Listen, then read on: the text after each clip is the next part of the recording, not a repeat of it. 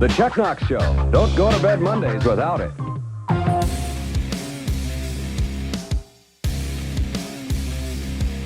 And we are live.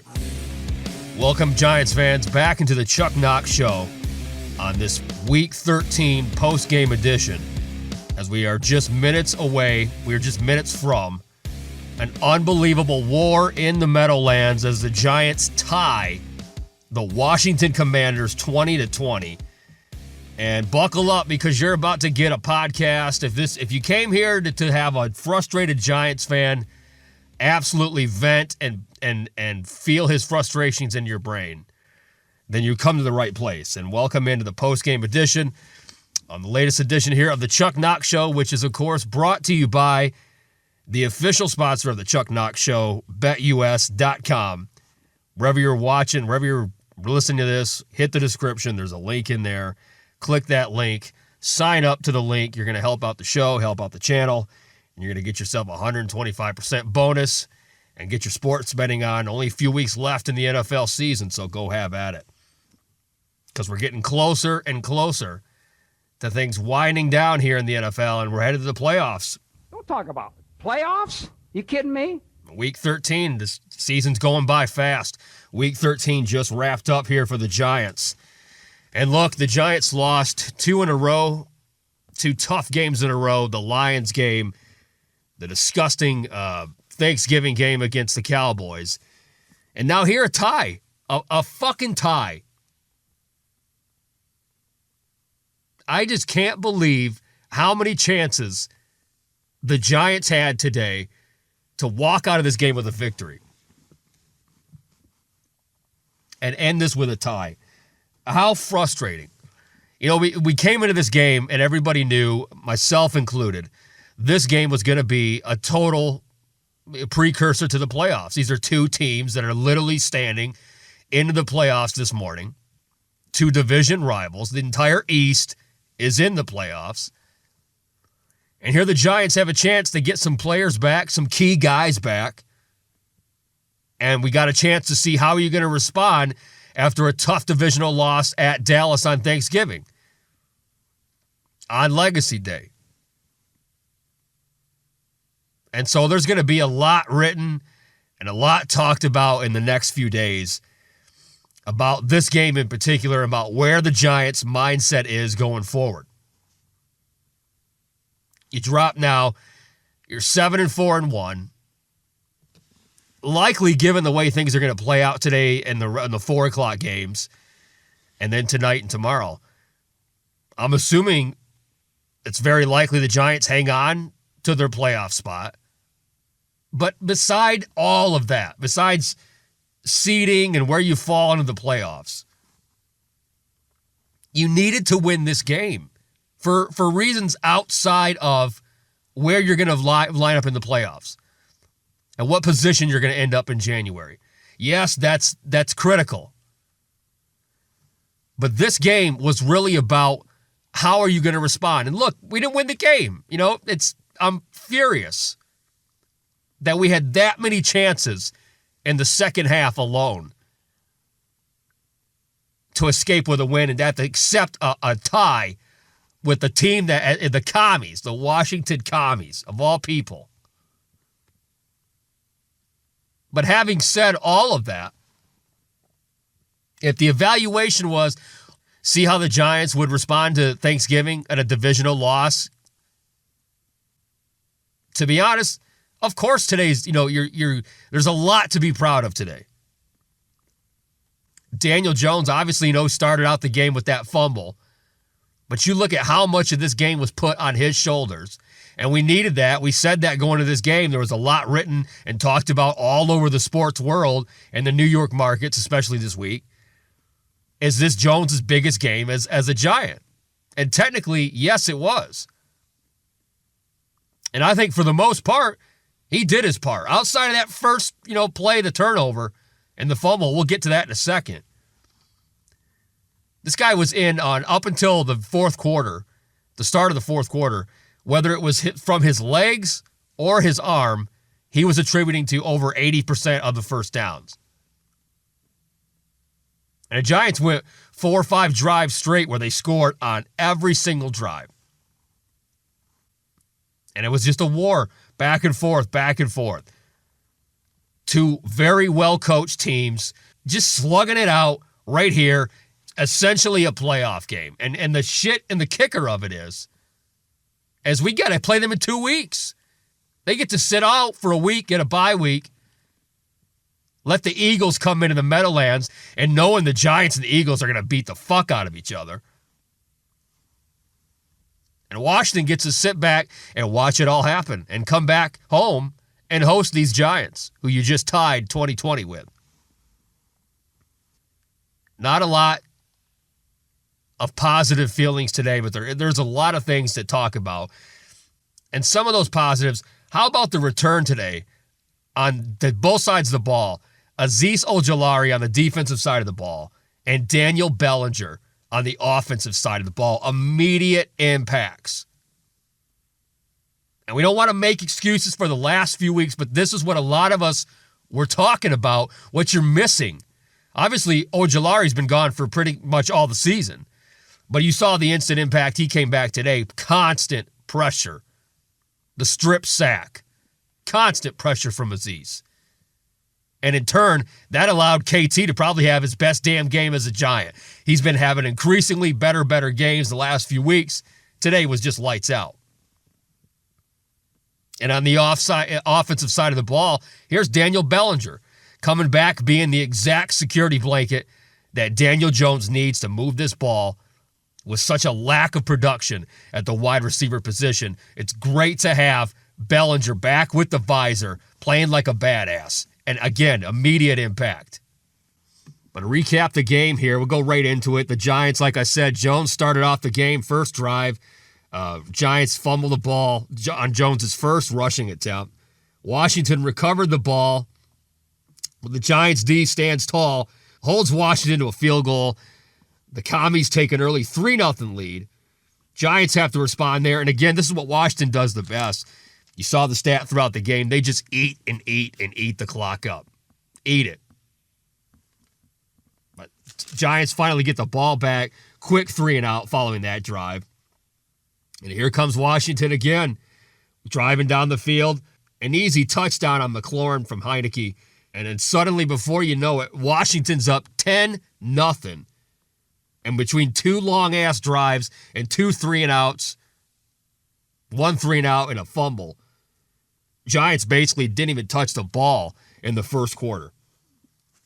But here in the second quarter, this is when things come a little bit alive. Giants start driving the ball, able to get a 48-yard field goal by Gano, get on the board, 10-3 early in the second quarter. And Washington had the response drive. The nice sack here by Ellis of the Giants ended what could have been a promising drive from Washington. Gets the sack on Heineke, and the Giants get the ball back. And here's one of the big plays here as Jones. This would be all over here. You know, Jones and Slayton, they have been re-picking up this connection that they have over the last few weeks. And Slayton has been money for the Giants. Later on, I will get to that. I didn't want to get ahead of myself. But right here, a beautiful play here. Give props where it's due. Jones hit dives for a massive bomb, 55 yards. And you look at that play, Slayton had to come up, get the ball. Beautiful catch, beautiful throw. Giants all of a sudden in the red zone.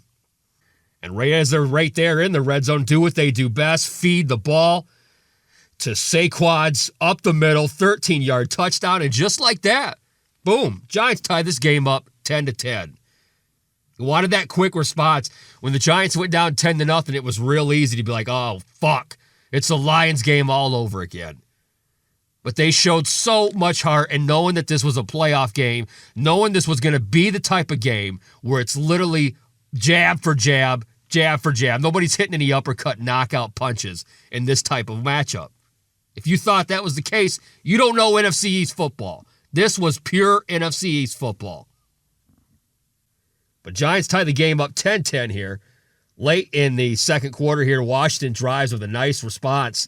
Long drive from Heineke and the Washington Commanders. But once again, the D comes up big, holds them to a field goal. 2:33 left. Washington's up 13-10.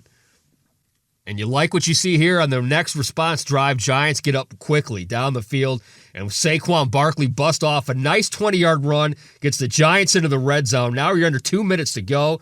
Giants playing their form of clock management ball, just controlling the clock. Both teams just trying to eat up the clock here. Giants win that battle here at the end of the second quarter with a nice Gano field goal, and we were heading into halftime 13-13, a tale of what was to come as these two teams just continued to play jab, jab, knockout, punch, not here. And at halftime here, I'm completely confident. 13-13, playing my style that I love to see the Giants play, knowing that this is the type of game, though, that Washington also likes to play. You talk about two very similar teams. Washington is this type of team. Hank likes to hang around and sneak one out. Giants, a team that likes to come from behind, control the second half in the fourth quarter. So here you had two of these teams going into the halftime tied 13-13. You knew this was going to be a fucking war for the next 30 minutes, and it was with change. Right out of the second half, though, you wanted to see how the Washington Commanders were going to respond with getting the ball at the second half, and what happened here right from the start. Here's Azeez Ojulari making a huge impact on his return to the lineup. Sacks Heineke, strips the ball gets knocked out, the defense recovers.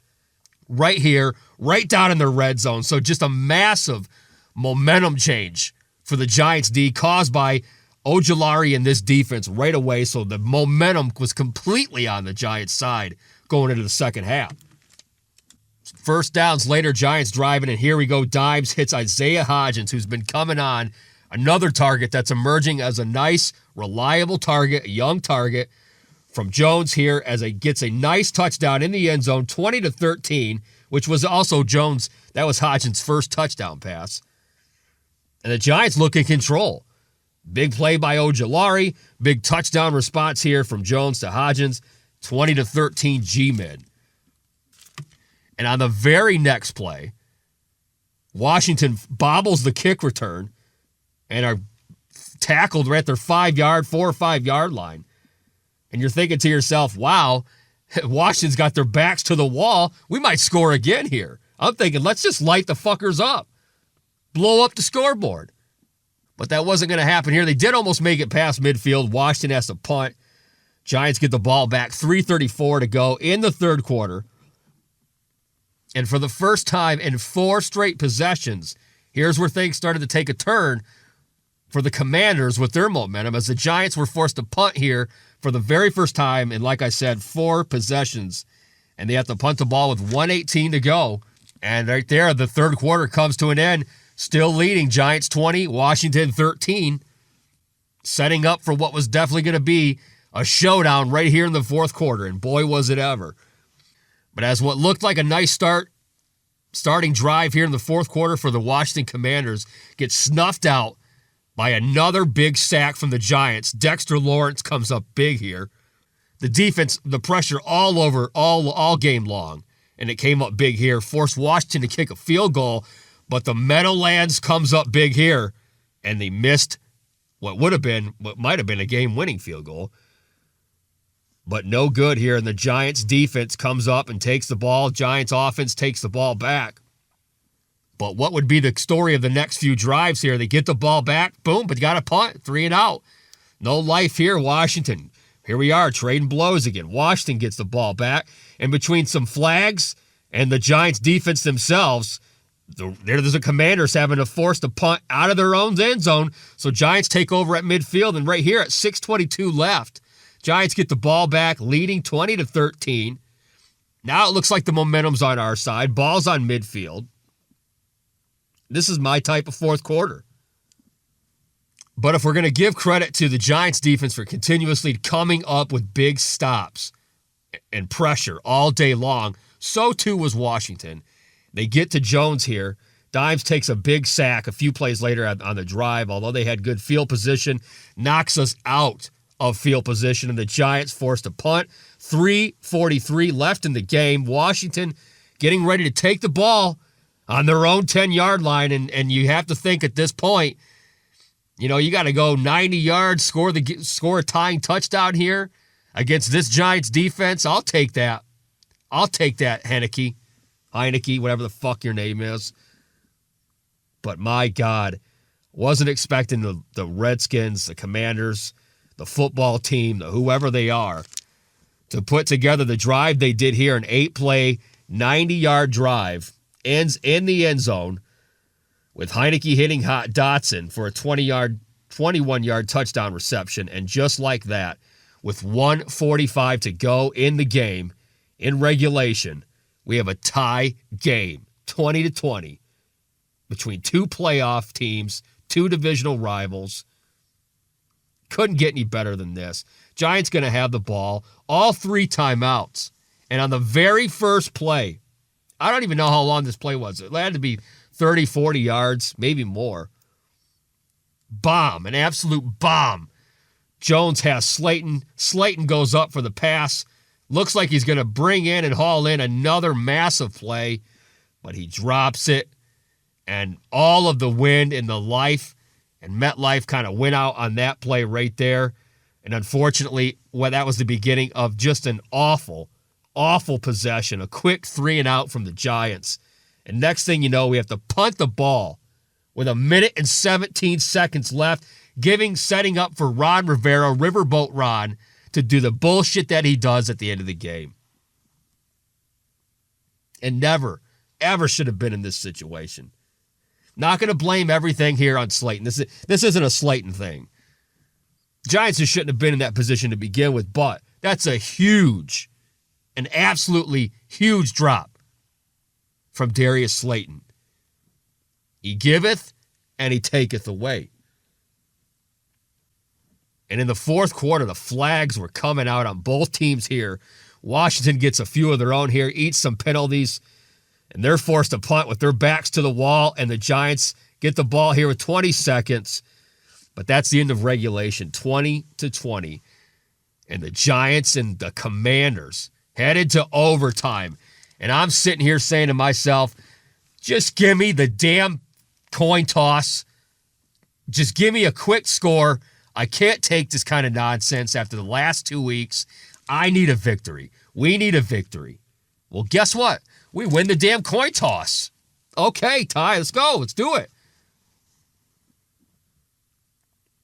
But again, another punt from the Giants. Dimes get sacked on 3rd down.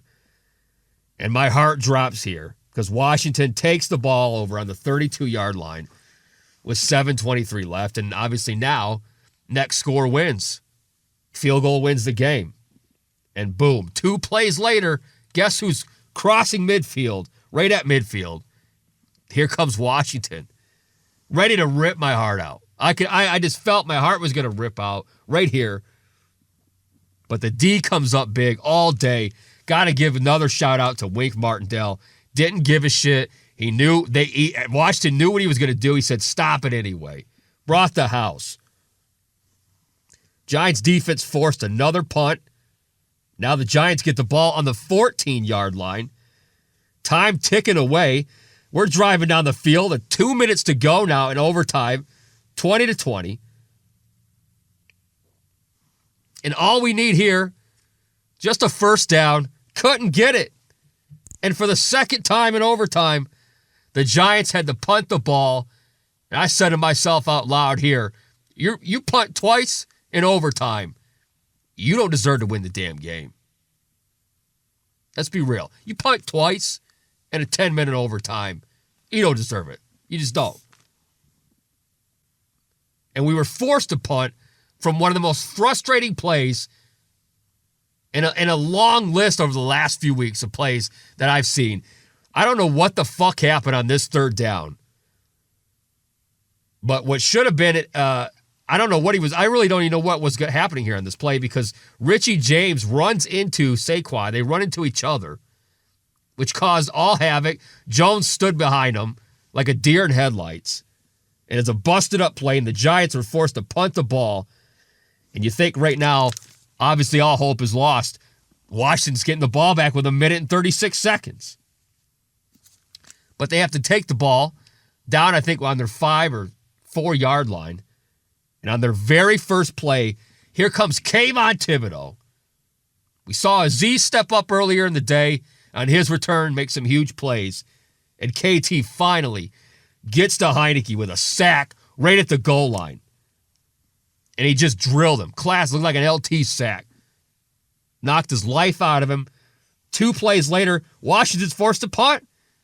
And with 28 seconds left, we're getting the ball back with great field position. Quick first down to Richie James.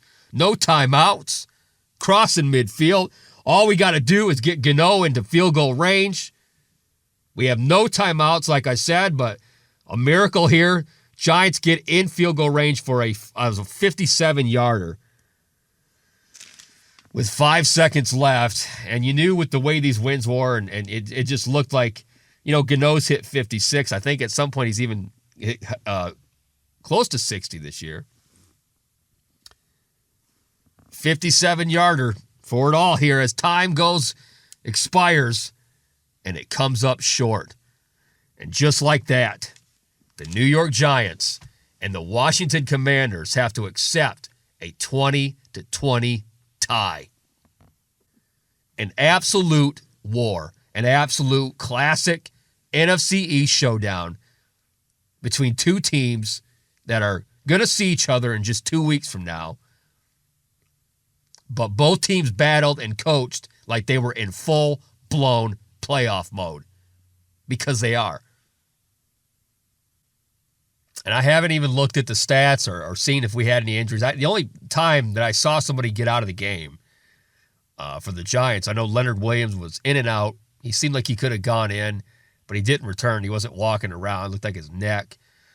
So we'll have to pay attention to that, because the Giants having these bodies come back here at this critical time. And let's be honest, you don't want to make excuses, but there was a major difference today having these guys back in the lineup.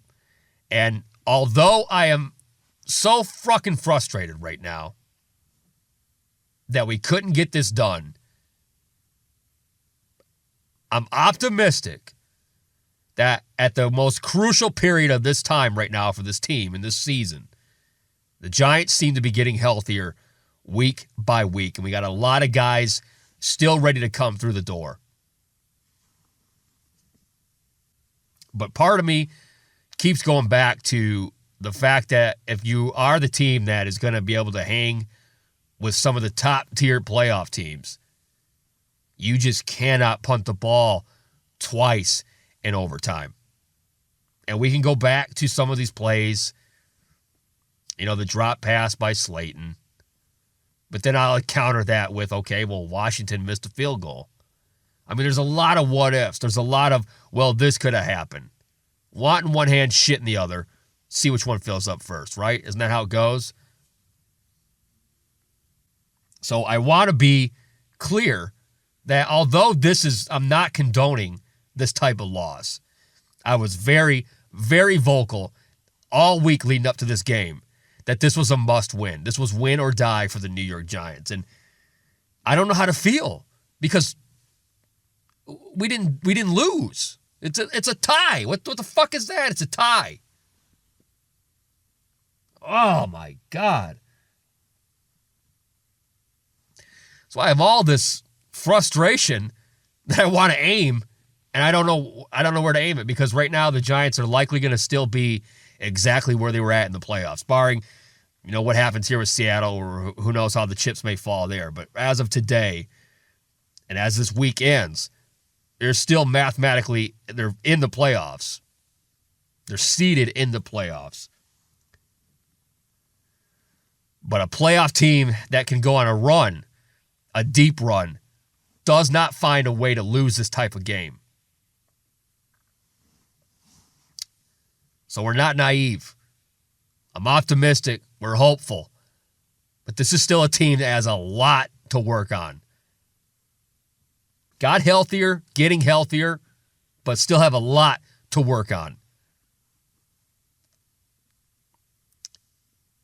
And the truth of the matter is, and this is where it stings, because the Giants are going to eat this all week long, and then you have quite possibly the best team in the NFL marching into your door this Sunday when the Eagles come to town. In a game that is never easy. And now you want to see, how is this Giants team going to test themselves and see where they're at against the best team in the NFL? And I'll say this right now. Two things happen here next week. If the Giants come out really healthy and get the doors blown off of them by the first seeded Eagles team, again, they have no place. They have no business being in the playoffs. They just don't, because they don't have the ability to hang with the teams they're going to need to overcome. That being said, if this team next week goes toe-to-toe with the number one seed, beats the number one seed, or just even goes toe-to-toe, a close game, that says everything about this team going forward. But we are not in a position to take L's or even ties. This was a week and a game that the New York Football Giants had every reason to win and no reason not to. And a tie is not a loss, but it's not a win. So we're pissed. I'm pissed.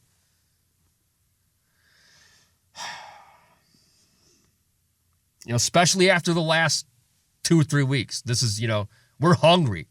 We're hungry to taste another victory. Clearly, this team isn't headed in the wrong direction. They're fighting. They got all the heart in the world.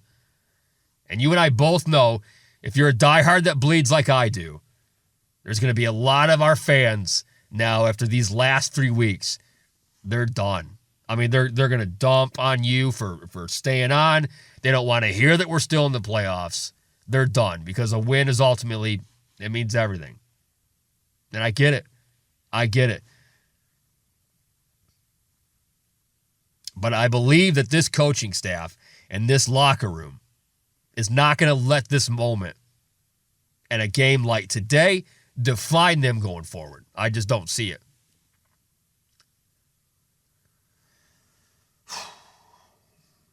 That hurts. It hurts, Washington's not on the level of Dallas or Philly when it comes to our rivals, let's be honest. But, they're still an NFC East rival. We own them historically. But after the way that the Cowboys continue to just, own us, this would have really felt good today. This would have felt great for the fan base, obviously. Would have looked great for the team. It would have been even better in the standings. But we're going to see how Brian Dable and company and the leaders in that locker room can round up these guys for what is essentially, again, another playoff game this week. You lose this week and you're mathematically probably done. You're absolutely done. So that's it. We don't have much time to get our shit together. We'll see how healthy we can get before the Philly game. Recording this just after the game, so I don't know who we dropped, how many bodies we dropped out of this game. Hopefully none. And I hope by next week we can get even more hands on deck. Anytime now, I believe Monday, if he's healthy. Cast is off Xavier McKinney. He can resume. I don't know how active he's going to be. Don't know what that's going to look like. He says he's going to play for the end of the year. We're waiting to see Adoree Jackson. We got guys coming back. We're getting healthier, but we got to play better. That's two different things. Cannot play to lose and cannot coach to lose either. I'm going to have a lot more to say about this week and this team going forward all week. Reaction video right now is in the oven for those that care to watch it. Again, the views on content, you're a Giants content creator. You know what it's like after a loss, and you know what it's like after 2 or 3 weeks without a win. Only you and your family members are really watching this content. But hang with me, because we're going to ride this out, and it's going to be well worth it to have gone through these few weeks to end on the high note that we're about to end on and ultimately get in the fucking playoffs. That's the whole point of this. What a wasted opportunity today. We'll be around all week to talk about it. For all the Giants fans out there, once again, visit the sponsor to this content, betus.com. Sign up over there. Helps out this channel. Appreciate everything you guys do. Appreciate all of the love that you've had for this season on my content. And it's been amazing to grow and reach these new heights. And again, without you guys listening, I have nobody to talk to. I'm just a fucking idiot, screaming into the darkness, which I'm going to go right now and grab a pillow and just scream in that motherfucker, because this was a tough loss to take. But again, appreciate you guys. Thank you for watching. Thank you for staying with me. I know this has been the last few weeks that are not good for us all as we head down the stretch here and head into the holiday season. So you know where to find me, Mr. Chuck Knoxx at Facebook, and of course the YouTube channel, Mr. Chuck Knoxx. And then of course at Chuck Knoxx on the rest of the platforms, which is Twitter, Instagram, TikTok. There I am. I'm everywhere. And of course right here, the Chuck Knoxx Show. I'm all over. Not going anywhere. I'm going to be doing this till the lights go out. And I'm telling you now, I got a good feeling this team will respond to the bullshit that just happened out there at home on a fucking tie. 20-20 tie. But keep your heads up, Giants fans. We got a long season still ahead of us and a big fucking game this weekend. I'll be all over it. And you guys will be hearing from me real soon. Until the next time, I'm out.